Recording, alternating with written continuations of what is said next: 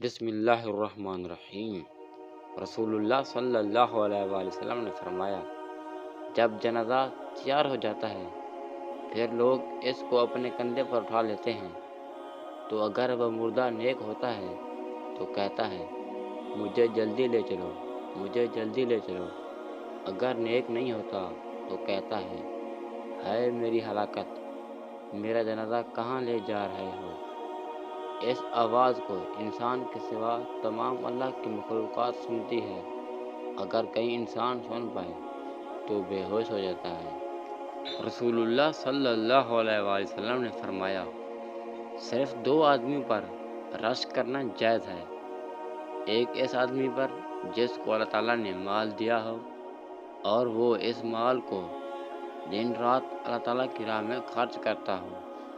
دوسرا اس آدمی پر جس کو اللہ تعالیٰ نے علم قرآن دیا ہو اور وہ رات دن اس کا حق ادا کرتا ہو۔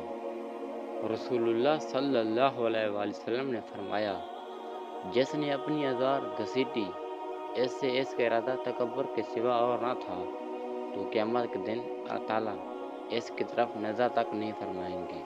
حضرت ابو ہریرہ رضی اللہ تعالیٰ عنہ بیان کرتے ہیں، رسول اللہ صلی اللہ علیہ وآلہ وسلم نے فرمایا، جو شخص مال بڑھانے کی خاطر لوگوں کے مال میں سے سوال کرتا ہے تو وہ انگارے مانگ رہا ہے، وہ کم مانگے یا زیادہ۔